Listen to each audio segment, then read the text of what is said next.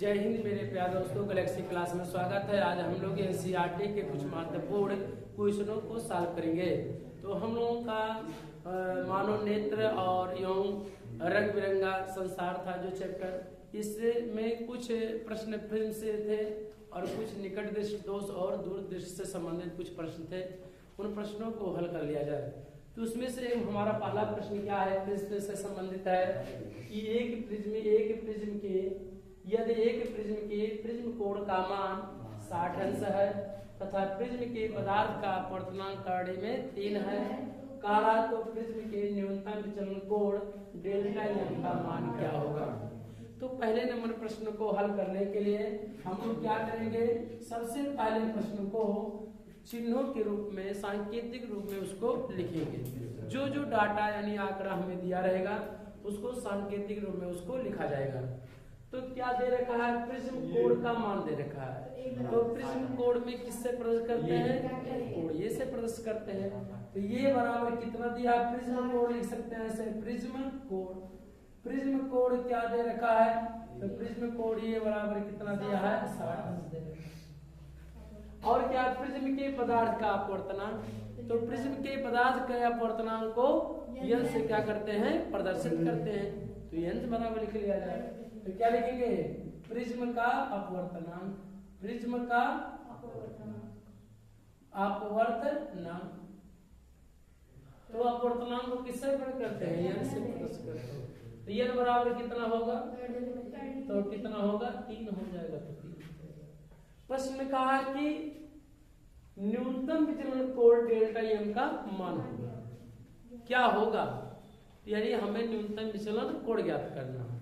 अर्थात न्यूनतम क्या लिखेंगे, न्यूनतम विचलन कोण, न्यूनतम विचलन कोण किससे प्रदर्शित करते हैं, डेल्टा एम से। और इसी को हमें क्या करना है, ज्ञात करना है। अब हमें कौन सा सूत्र लगाना है, तो हमारे पास प्रिज्म के पास 2 सूत्र हैं, लेकिन उन दोनों सूत्रों में एक सूत्र लिखा गया था कि n बराबर sine A plus delta m by 2 बटे साइन ए बाई 2। जब प्रिज्म मोटा होगा तब की बात किया जाएगा, या प्रश्न में कुछ नहीं कह रहेगा तब रहेगा। और यदि प्रिज्म बहुत पतला होगा तो डेल्टा एम बराबर क्या लिखाए थे, ये इंटू n माइनस 1 इंटू क्या लिखाए थे, ये लिखा थे। तो जब वो पहला दूसरा जो सूत्र है, जब प्रिज्म बहुत पतला होगा तब, इसमें प्रश्न तो ये कहा नहीं कि प्रिज्म बहुत क्या है, पतला है ना। तो प्रिज्म का कोण का मान 5 से क्या है, छोटा दिया है। 5 से छोटा रहेगा तब दिया रहेगा कि प्रिज्म बहुत क्या है, पतला है। तो यानी प्रिज्म क्या है, हमें जो सूत्र ज्ञात करना है, तो कौन सा सूत्र है, प्रिज्म के सूत्र से क्या लिखेंगे, कौन सा सूत्र है, प्रिज्म के अपवर्तनांक के सूत्र से, अपवर्तनांक के सूत्र से। कौन सा सूत्र है हम लोगों के पास, m बराबर साइन ये प्लस डेल्टा m बाई 2 बटे साइन बाई 2। यही हमारे पास सूत्र है एक प्रिज्म का। तो इसी सूत्र में सभी बिंदुओं को क्या करेंगे, रखेंगे।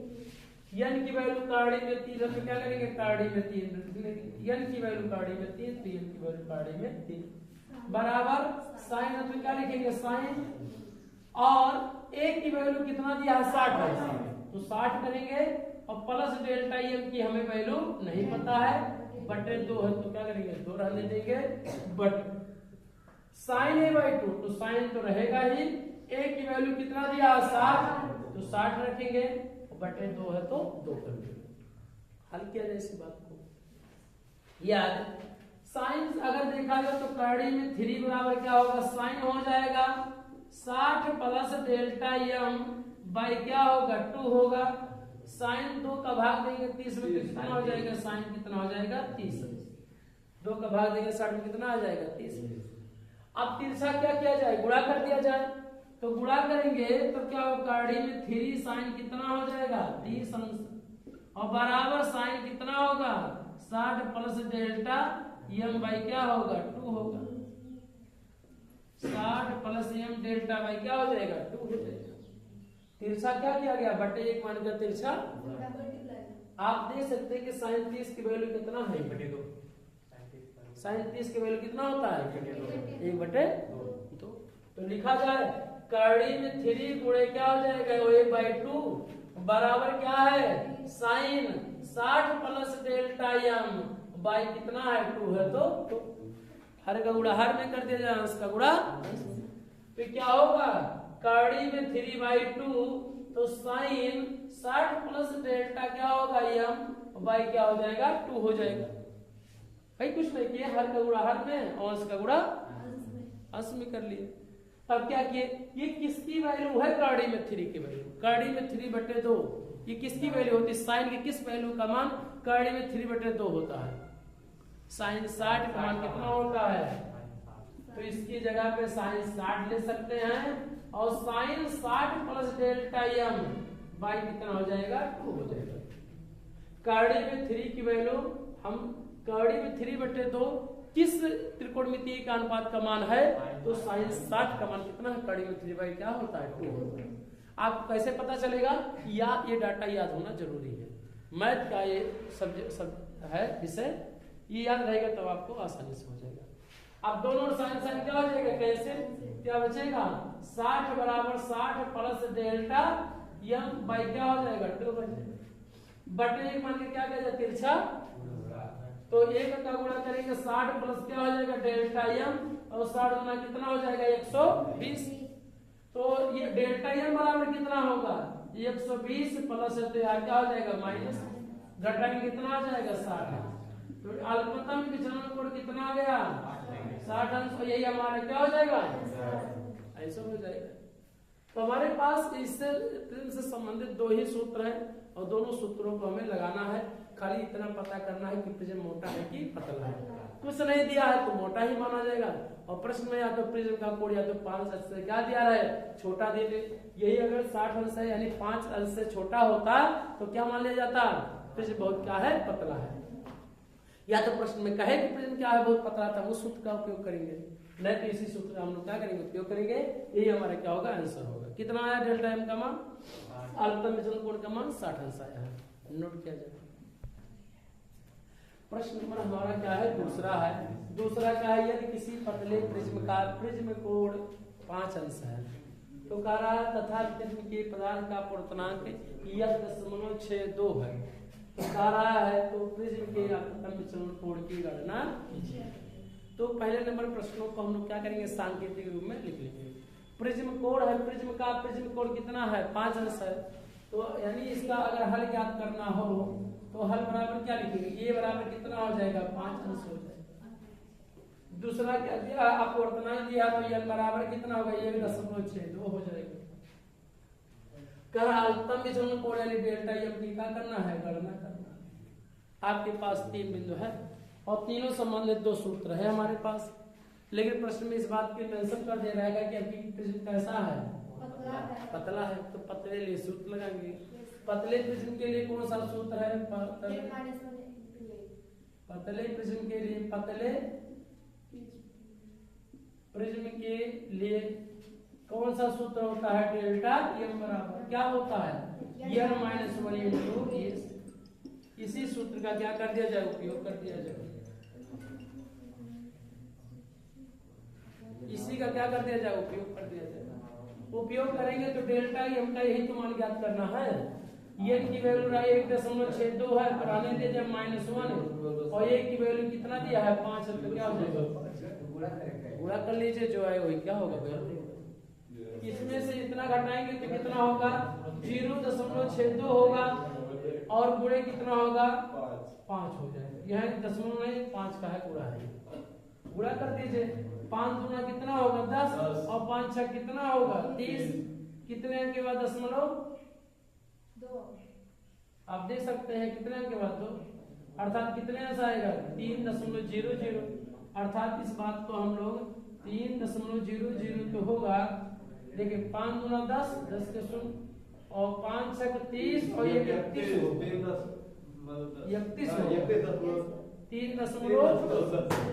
तो इसी को 3.1 और अंश लिख सकते हैं दशमलव को हटाकर, तो डेल्टा का m का मान होगा अल्पतम विचलन कोण का जो मान होगा 3.1 के क्या होगा बराबर होगा। ठीक, नोट कर लीजिए। प्रश्न नंबर 1 क्या है दूसरा प्रश्न नंबर हम लोगों का तीसरा है कि निकट दृष्टि दोष से पीड़ित एक व्यक्ति अधिक से अधिक 5 मीटर दूरी तक देख सकता है, तो सही दृष्टि के लिए उसे किस लेंस यानी किस क्षमता के लेंस का प्रयोग करना होगा? किसके होगा? सुनिए ध्यान से प्रश्न। कह रहा है कि निकट दृष्टि दोष है, तो कौन सा लेंस प्रयोग होगा निकट दृष्टि दोष में? अवतल लेंस होगा। ये तो कन्फर्म हुआ कि जो लेंस का प्रयोग करना है कौन सा? इसमें और भी बढ़ा सकता है लेंस की, आप प्रकृति भी बताइए, तो कौन से लेंस का प्रयोग किया जाएगा? उस जो व्यक्ति है वो अधिक से अधिक 5 मीटर की दूरी तक क्या देख सकता है। जो मनुष्य है निकट दृष्टि दोष, तो निकट दृष्टि दोष में क्या होता है कि निकट की वस्तुएं तो दिखाई देती है, परंतु दूर की वस्तुएं उसको दिखाई नहीं देती। तो वह अधिकतम कितनी दूरी तक देख सकता है? 5 मीटर की दूरी तक देख सकता है। इसका मतलब यह है कि जो लेंस है मानव नेत्र की, वह जो फोकस दूरी है वो 5 मीटर है। कितना है? 5 मीटर है। तो अगर दिया है, यानी हम लोग कह सकते हैं कि जो अवतल लेंस की जो फोकस दूरी है कितना है? अवतल लेंस की जो फोकस दूरी है वो स्पष्ट दृष्टि की जो न्यूनतम दूरी के यानी क्या है? बराबर है या अधिकतम दूरी है। जो मनुष्य का अधिकतम दूरी है वो कितनी दूरी है? 5 मीटर। इसका मतलब है कि मनुष्य के नेत्र की जो लेंस की क्षमता है वो कितना है? 5। तो हम लोग क्या करेंगे कि यफ बराबर यानी यही जो 5 मीटर दूरी तक देख सकता है, तो यफ बराबर कितना होगा? -5 क्या होगा? मीटर होगा। अब -5 मीटर है, एक मतलब है, तो इसी को हम लोग सेंटीमीटर में करते हैं। 5 × 100 तो कितना होगा? 500 सेंटीमीटर हो जाएगा। और हमें क्या ज्ञात करना है? लेंस की क्षमता ज्ञात करना है। तो लेंस की अगर क्षमता ज्ञात करना है तो लेंस की क्षमता के कितने सूत्र है? 2 सूत्र। और एक मीटर वाला एक मीटर वाला लगाएंगे तो दशमलव में आएगा, तो हम लोग क्या करें? सेंटीमीटर वाला कर लें, मीटर वाला लगाते हैं, मीटर वाला। तब P बराबर क्या होगा? 1/f, और f से क्या होता है? मीटर। तो 1/f की वैल्यू कितना? -5 भाग देंगे 0.2, क्या होगा? T से क्या होता है? ये हमारा क्या हो जाएगा? तो कह रहा है कि उसे किस लेंस की क्षमता का प्रयोग करना होगा? अवतल लेंस। तो अवतल लेंस की क्षमता का प्रयोग। लेकिन कौन कितना अगर क्षमता रहा है? -0.2 डायोप्टर का होना चाहिए। ठीक है, तो सॉल्व कर लीजिए। प्रश्न नंबर 1 कौन सा है? तीसरा है। प्रश्न नंबर हमारा चौथा है कि निकट दृष्टि दोष का कोई व्यक्ति 1.2 मीटर से अधिक दूरी पर रखी वस्तुओं को सुस्पष्ट नहीं देख सकता है। तो कारण इस दोष को दूर करने के लिए प्रयुक्त संशोधित लेंस किस प्रकार का होगा? तो निकट दृष्टि दोष है, तो निकट दृष्टि दोष में किस लेंस का उपयोग किया जाता है? अवतल लेंस। तो एक प्रश्न होगा किस प्रकार का लेंस होगा? तो किस प्रकार का लेंस होगा? अवतल लेंस का प्रयोग होगा। लेकिन उस लेंस की क्षमता कितना होना चाहिए? तो आप देख सकते हैं कि जो यानी 1.2 मीटर की अधिक दूरी पर रखी वस्तुओं को सुस्पष्ट देख नहीं सकता। तो इसका मतलब है कि हमें ऐसे लेंस का प्रयोग करना है कि इसकी फोकस दूरी 1 कितना हो? 2 मीटर की दूरी पर हो। यही तो ज्ञात करना है। तो इसका मतलब है कि लेंस की जो फोकस दूरी है एफ बराबर कितना दिया है? 1.2 होता है मीटर दिया। ये निकट दृष्टि दोष है, तो इसलिए इसे क्या कर देंगे? माइनस कर देंगे। क्या कर देंगे? माइनस कर देंगे। ठीक है। इसके बाद हम लोगों को लेंस की क्षमता पूछा है ना, तो लेंस की P बराबर क्या करेंगे? 1/f, और क्या लिखेंगे? P बराबर 1/f, यही कर देंगे। लगाएंगे तो 1/-1 कितना होगा? 2 भाग देंगे 0.8 क्या आएगा? 3 आएगा, तो 3 इसको मान देते हैं। देख से क्या होगा? डायोप्टर हो जाएगा, तो डायोप्टर यही होगा। कौन सा लेंस होगा? तो हम जानते हैं कौन सा लेंस होगा। अगर माइनस को हटाएंगे तो 0.83 और क्या होगा? डायोप्टर होगा। लेकिन यहाँ पर तब आपको लिखना होगा अवतल लेंस। क्या लिखेंगे? अवतल लेंस। कह रहा कि 1.2 मीटर की अधिक दूरी पर रखी वस्तु को स्पष्ट वो देख नहीं पाता है। तो इसका मतलब कि ऐसे लेंस का उपयोग हमें करना है, ऐसे लेंस का उपयोग करना है कि जो कितनी दूरी पे बना दे प्रतिबिंब, 1.2 मीटर की दूरी पे क्या करते हैं बना दे। तो कितने लेंस की क्षमता का होना चाहिए 0.8 अवतल लेंस के चश्मे का हम लोग क्या करना है प्रयोग करना है। ये बहुत ही महत्वपूर्ण प्रश्न है, ये एनसीईआरटी का हो लिखा प्रश्न है। अब हम लोग जाएंगे 5वें प्रश्न की ओर अग्रसर होंगे।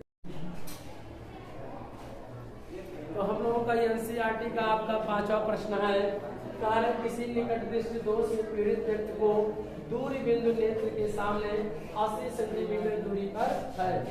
इस दोष को संशोधित करने के लिए आवश्यक लेंस की प्रकृति तथा क्षमता क्या होगी। तो कहा इस दोष को संशोधित माने दूर करने के लिए, इसे सही ठीक करने के लिए किस प्रकार की लेंस का उपयोग करना होगा और उस लेंस की क्षमता क्या होगी, वही हमें क्या करना है ज्ञात करना है। तो लेंस की क्षमता से पहले लेंस की फोकस दूरी का ज्ञान होना जरूरी है। तो हम लोग सबसे पहले प्रश्न को हल करेंगे और कैसे प्रश्न को हल करेंगे देखिए। कह रहा है कि निकट दृष्टि माने निकट दोष है, इसका मतलब क्या हुआ, निकट की तो वस्तुएं तो दिखाई दे रही है, दूर की वस्तुएं स्पष्ट दिखाई नहीं दे रही है। और दूरी बिंदु नेत्र के सामने 80 सेंटीमीटर की पर दूरी पर है।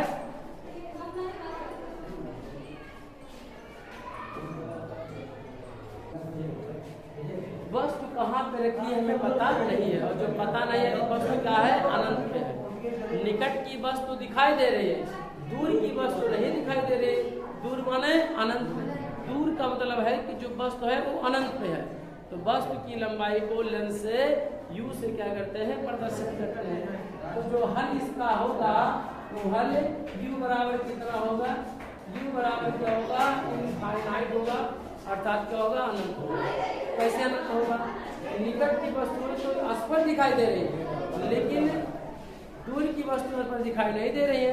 इसका मतलब वस्तु दूर रखी जाए तो वस्तु स्पष्ट दिखाई नहीं दे। तो मान लिया जाए वस्तु दूर रखी जाए और दूर का अनंत दूर बिंदु कितना होता है अनंत होता है, वस्तु को अनंत रखा जाए तो वस्तु की दूरी को u से प्रदर्शित करते हैं और लेंस से वस्तु की दूरी के बीच क्या होता है अनंत होता है, इसलिए u बराबर क्या हो जाएगा अनंत हो जाएगा। इसके बाद प्रश्न में और कहा है कि नेत्र के सामने 80 सेंटीमीटर की दूरी पर है। नेत्र जो प्रतिबिंब है यानी जो प्रतिबिंब वस्तु को अनंत पे रखना है और प्रतिबिंब जो है 80 सेंटीमीटर की दूरी पे क्या होना चाहिए बनना चाहिए। तो हमारा v बराबर कितना हो जाएगा 80 सेंटीमीटर हो जाएगा। ये हम लोगों को मालूम होना चाहिए कि प्लस होगा कि माइनस होगा। तो क्या है वस्तु की ओर है प्रतिबिंब बन रहा है, तो इसका मतलब ये है कि प्लस है तो क्या हो जाएगा माइनस हो जाएगा। क्योंकि रेटिना पे प्रतिबिंब कैसा बनता है वास्तविक और उल्टा बनता है, ये तो बनता है लेंस की ओर बाएं ओर बन रहा तभी तो उल्टा बनेगा प्रतिबिंब, इसलिए माइनस से लेके 7 लिखा जाएगा ये। और जो यह होगा ये हमें पता नहीं है, ये हमको क्या करना है ज्ञात करना है। साथ में और क्या ज्ञात करना है लेंस की क्षमता भी क्या करना है बताना है। और निकट दृष्टि दोष में कौन सी लेंस लगता है बताइए, अवतल लेंस होना चाहिए। तो ये पता हो गया कि किस प्रकार की लेंस की प्रकृति, तो लेंस की प्रकृति कैसा होना चाहिए अवतल होना चाहिए। कैसा होना चाहिए परंतु अवतल ज्ञात होना चाहिए, आना चाहिए प्रश्न में। कैसे ज्ञात करेंगे देखिए, लेंस के सूत्र से क्या लगाएंगे, लेंस के सूत्र से। लेंस का जो सूत्र से है 1/v बराबर क्या होगा 1/v माइनस 1/, क्या होता है 1/v की वैल्यू कितना -80 है तो -80 हो जाएगा। प्लस -1/u की वैल्यू क्या होगा अनंत है तो क्या हो जाएगा अनंत, क्या हो जाएगा अनंत। अनंत में किसी भी संख्या से भाग देंगे तो कितना हो जाएगा भैया वो 0 हो जाएगा। क्या होगा 0 होगा। तो कितना हो जाएगा -1/, कितना हो जाएगा 80 हो जाएगा। इसकी वैल्यू क्या हो जाएगा 0 तो खत्म हो जाएगा। 1/f की वैल्यू कितना आ गया -1/, कितना आ गया 80। f की वैल्यू कितना आएगा, तिरछा गुणा किया जाए तो ये बराबर कितना होगा -80 सेंटीमीटर। f की वैल्यू कितना आ गया -80 सेंटीमीटर। हमें वैल्यू ये पता फोकस दूरी नहीं ज्ञात करना था, लेंस की क्षमता ज्ञात करना है। तो लेंस की क्षमता कब ज्ञात होगा? फोकस दूरी का क्या होता है? व्युत्क्रम होता है। क्या होता है? तो लेंस अगर फोकस दूरी सेंटीमीटर में है तो लेंस की जो क्षमता P बराबर होता है तो 100 बटे क्या होता है? FCM होता है। यही तो होता है सूत्र।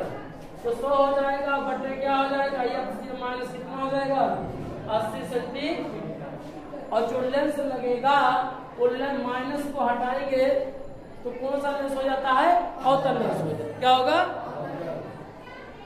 0 से 0 कितना होगा? 2 5 10 और 2 4 8 माइनस 5 बटे कितना आ जाएगा? 4।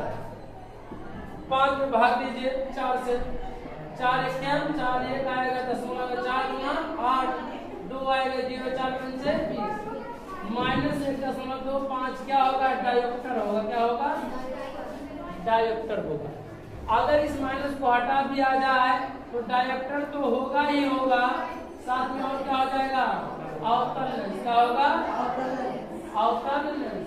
प्रश्न याद से ही ऐसे स्पष्ट हो जाना चाहिए था कि निकट दृष्टिकोण में किस लेंस का उपयोग करते हैं? अवतल लेंस का। तो देखिए आपके सामने माइनस से व्यक्त कर रहा है कि किस प्रकार के लेंस की क्षमता है? अवतल लेंस की क्षमता है। क्या है?